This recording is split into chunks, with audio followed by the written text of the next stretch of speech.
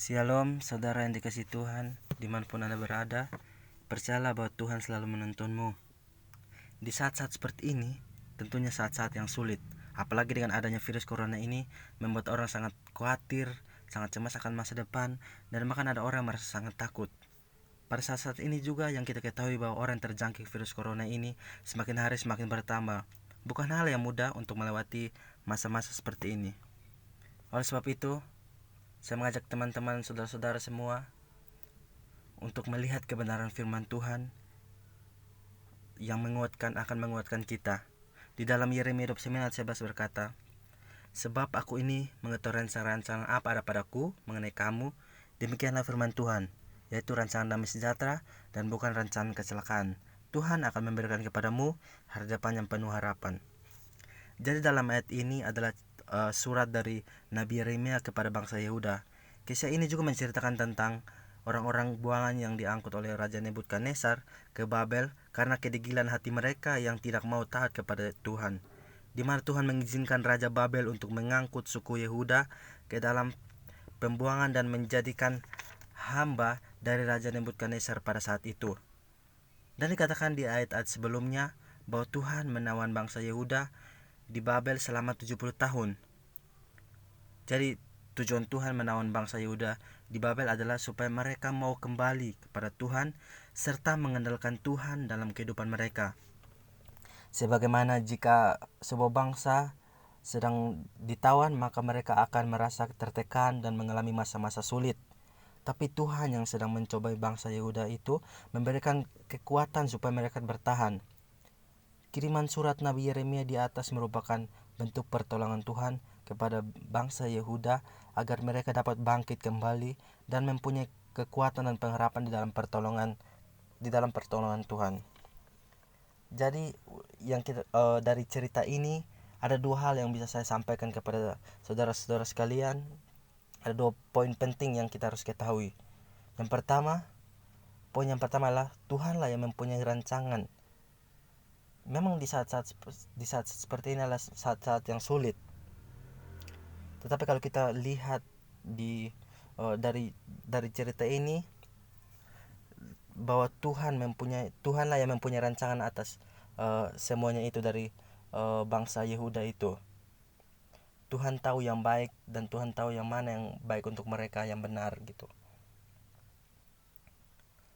Banyak orang yang di saat-saat seperti ini juga banyak orang kehilangan pekerjaan, bahkan begitu banyak rencana-rencana yang sudah dibuat, dan rencana itu ya bisa dibilang pasti ada yang gagal.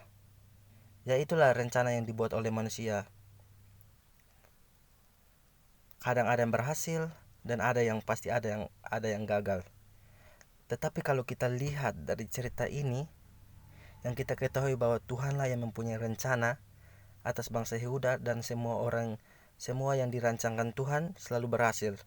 Itulah yang harus kita ketahui, bahwa Tuhan mempunyai rancangan di setiap kita. Oleh sebab itu, kita harus tetap ada di dalam Dia, karena Dialah yang mempunyai rancangan dalam hidup kita. Itu hal yang pertama yang akan saya bagikan. Hal yang kedua yang dapat saya bagikan yaitu rancangan Tuhan ada damai sejahtera.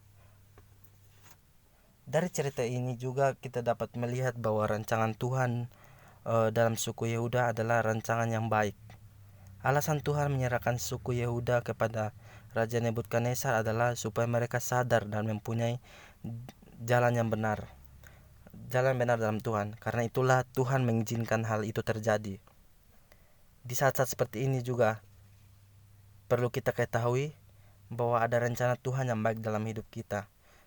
Tuhan tentunya rancangan yang akan membawakan kebaikan dalam hidup kita ya. Memang berbeda zaman itu dengan zaman sekarang. Tapi kita dapat sama-sama belajar bahwa di saat-saat seperti ini kita harus mempunyai hidup yang di bawah kendali Tuhan. Ketika kita memberikan sepenuhnya hidup kita kepada Tuhan, maka Tuhan akan mempunyai rancangan damai sejahtera dalam hidup kita. Dan di dalam Efesus 2 ayat 10 berkata bahwa kita harus hidup di dalamnya karena kita ini buatan Allah. Di dalam Mazmur 3 ayat 5 sampai 6 dikatakan juga berkata bahwa percayalah kepada Tuhan dengan segenap hatimu dan janganlah bersandar kepada pengertian sendiri, dan akuilah Dia dalam segala lakumu, maka Ia akan meluruskan jalanmu. Oleh sebab itu, di saat-saat seperti ini kita tidak perlu khawatir, tidak perlu cemas, tetapi hal yang kita harus lakukan adalah tetap bersandar kepada Dia, tetap bersandar kepada Tuhan, karena Tuhanlah yang mempunyai rancangan yang baik di dalam hidup kita.